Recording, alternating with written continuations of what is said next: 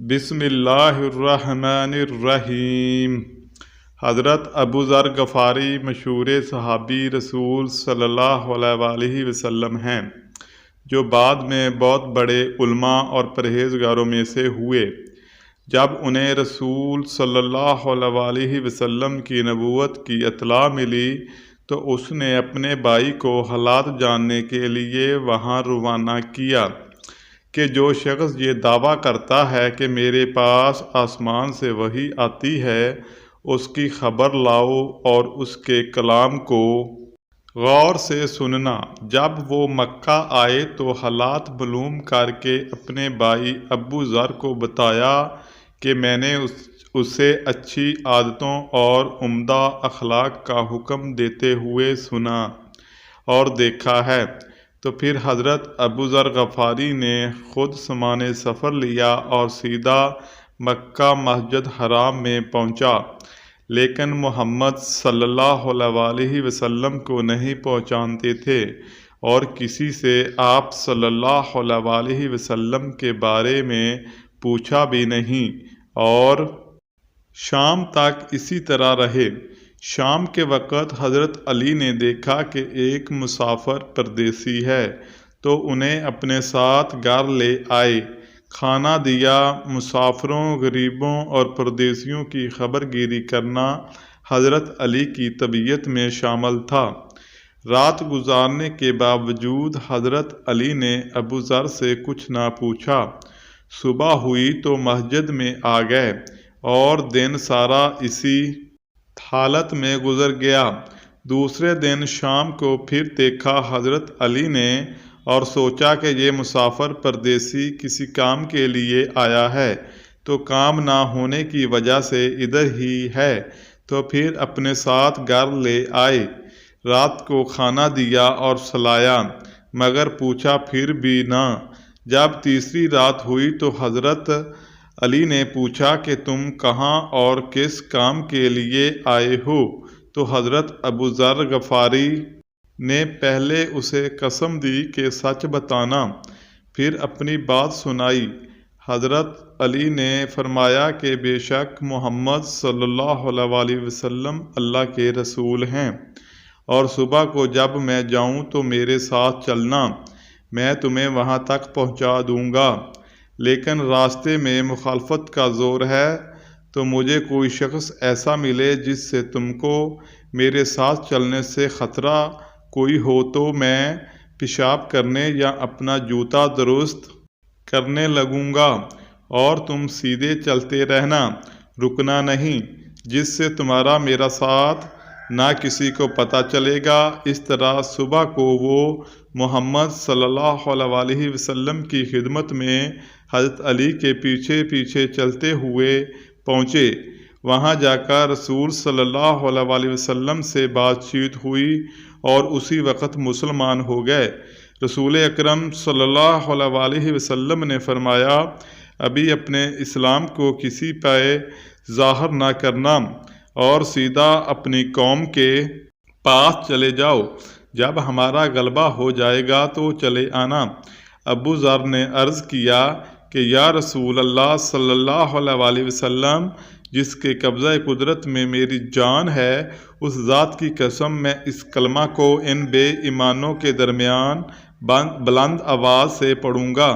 چنانچہ اسی وقت مسجد حرام میں جا کر اونچی آواز سے کلمہ پڑھنے لگا تو چاروں طرف سے لوگ اٹھے اور حضرت ابو ذر غفاری کو اس قدر مارا کہ مرنے کے قریب ہو گئے۔ رسول صلی اللہ علیہ وآلہ وسلم کے چچا، جو اس وقت مسلمان بھی نہیں تھے، حضرت عباس بچانے کے لیے ان کے اوپر لیٹ گئے اور ان لوگوں سے کہا کہ کیا ظلم کرتے ہو؟ یہ شخص قبیلہ غفار کا ہے جو ملک شام کے راستے میں آتا ہے۔ تمہاری تجارت ساری ملک شام کے ساتھ ہوتی ہے، اگر یہ مر گیا تو شام کا راستہ تجارت کے لیے بند ہو جائے گا اور شام کی تجارت سے تمہاری ساری ضروریات پوری ہوتی ہیں تو مصیبت بن جائے گی۔ اس لیے انہوں نے حضرت ابو ذر غفاری کو چھوڑ دیا۔ حضرت خباب بن الارت بھی ان مبارک لوگوں میں سے ہیں جنہوں نے اپنے آپ کو اسلام کے لیے پیش کیا تھا۔ اللہ کے راستے میں کئی سخت تکلیفیں برداشت کیں۔ شروع ہی میں 5-6 آدمیوں کے بعد مسلمان ہو گئے تھے۔ اس وجہ سے بہت عرصہ تک تکلیفیں اٹھائیں۔ لوہے کی زرہ پہنا کر دھوپ میں ڈال دیا جاتا تھا۔ کئی دفعہ سیدھا بالکل گرم تپتی ریت پر لٹا دیا جاتا، جس سے کمر کا گوشت گل کر سارا گر گیا تھا۔ یہ ایک عورت کے غلام تھے۔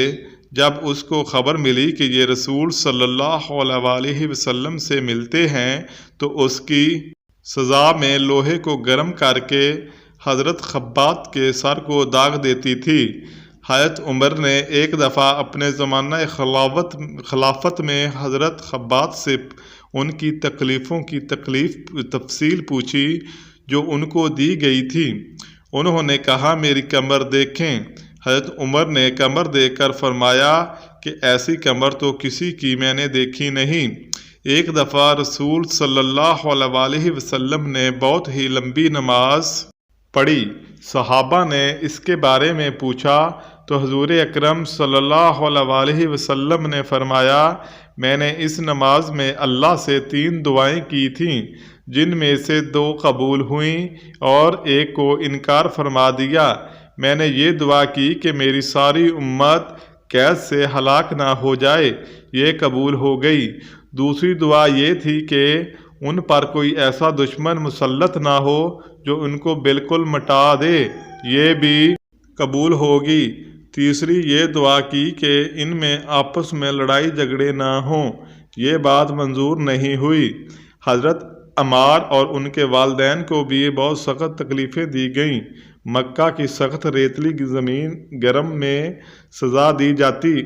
ان کے والد حضرت یاسر اسی حالت میں وفات پا گئے۔ ظالموں نے مرتے وقت تک چین نہ لینے دیا اور ان کی والدہ حضرت سمیہ کی شرمگاہ میں ابو جہل نے ایک برچھا مارا، جس سے وہ شہید ہوئیں، مگر اسلام سے نہ ہٹیں، حالانکہ وہ بوڑھی تھیں۔ لیکن اس بد نصیب نے کسی چیز کا بھی خیال نہ رکھا۔ اسلام میں سب سے پہلی شہادت ان کی ہے اور اسلام میں سب سے پہلی مسجد بھی حضرت عمار ہی کی بنائی ہوئی ہے۔ لڑائی میں بہت جوش سے شامل ہوتے تھے۔ ایک دفعہ کہنے لگے کہ اب جا کر میں اپنے دوستوں سے ملوں گا، محمد صلی اللہ علیہ وسلم اور ان کی جماعت سے ملیں گے۔ اتنے میں شدید پیاس لگی تو کسی سے پانی مانگا۔ اس نے دودھ پیش کیا تو پی کر کہنے لگے کہ میں نے رسول صلی اللہ علیہ وسلم سے سنا ہے کہ تو دنیا میں سب سے آخری چیز دودھ پیے گا۔ اس کے بعد حضرت عمار 94 سال کی عمر میں شہید ہوئے تھے۔